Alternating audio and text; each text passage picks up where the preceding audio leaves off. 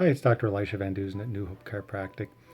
Now, the word gluten has become such a buzzword in recent years, most likely because of its sudden popularity of the gluten-free diet, endorsed by a lot of famous celebrities and personalities. What's gluten? Well, gluten's a protein that's made of gluten and gliadin molecules that form an elastic bond in the presence of water. Adhesive properties found in gluten are responsible for holding bread and cakes together and giving them a spongier texture. This ability isn't surprising considering that the word gluten is derived from the Latin word for glue. And while it does wonders for these foods, the same can't be said for your body. Research has shown that gluten can be quite harmful for you because of the vast range of complications it might cause. And what does gluten do to your body? Well, it interferes with nutrient breakdown and absorption from foods, regardless if they have gluten or not. And this can lead to the formation of a glued together, constipating lump in the gut that can prevent proper digestion of foods. And after that, the undigested gluten prompts the immune system to attack the villi or the finger-like projections lining your small intestine.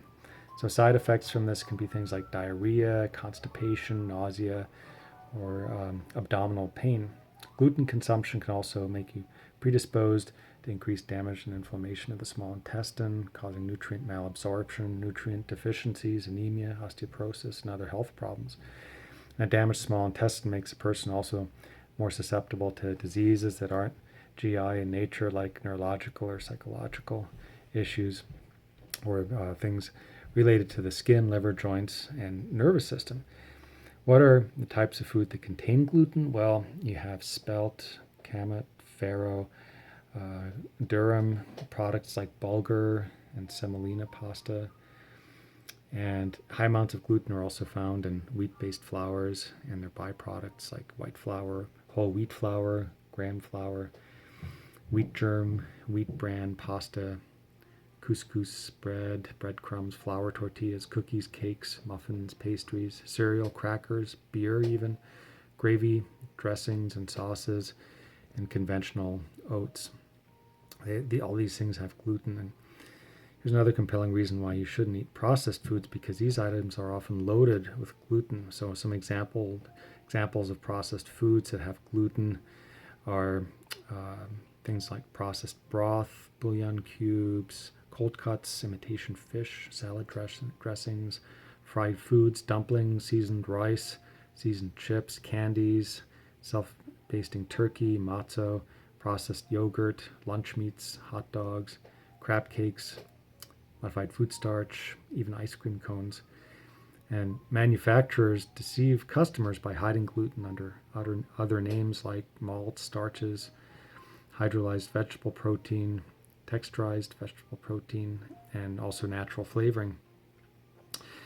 Common signs of a gluten allergy that you should look for are things like coughing, sneezing, asthma, itching, a metallic taste in your mouth, muscle spasms, diarrhea, nasal congestion, tightness of your throat, tingling, swelling of the tongue and throat, abdominal pain, vomiting. These are all signs that you may have a gluten allergy, which can trigger anaphylaxis or anaphylactic shock. Warning signs of gluten intolerance are joint or muscle pain, headaches, confusion, anxiety, nausea, numbness. And this is a condition where a person's immune system responds abnormally to gluten, and it may often be confused with celiac disease, which is another gluten-related disorder, or simply thought of as a wheat allergy. And the root cause of gluten intolerance isn't fully understood, but it's definitely an issue.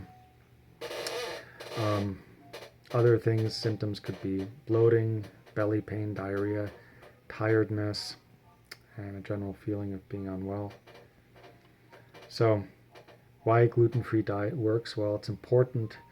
It's an important recourse for combating these disorders because you can decrease the likelihood of having all these symptoms. A naturally gluten-free diet is rice, non-GMO corn, quinoa, sorghum, flax, and amaranth seed. These are naturally gluten-free grains, and diets that are refined to remove gluten. You can also do those. Gluten must be removed from any gluten-containing grain. And so the final product should not contain more than 20 parts per million of gluten. And extreme vigilance is only likely if you have celiac disease, since exposure to gluten can cause sickness and threaten your health in the long run.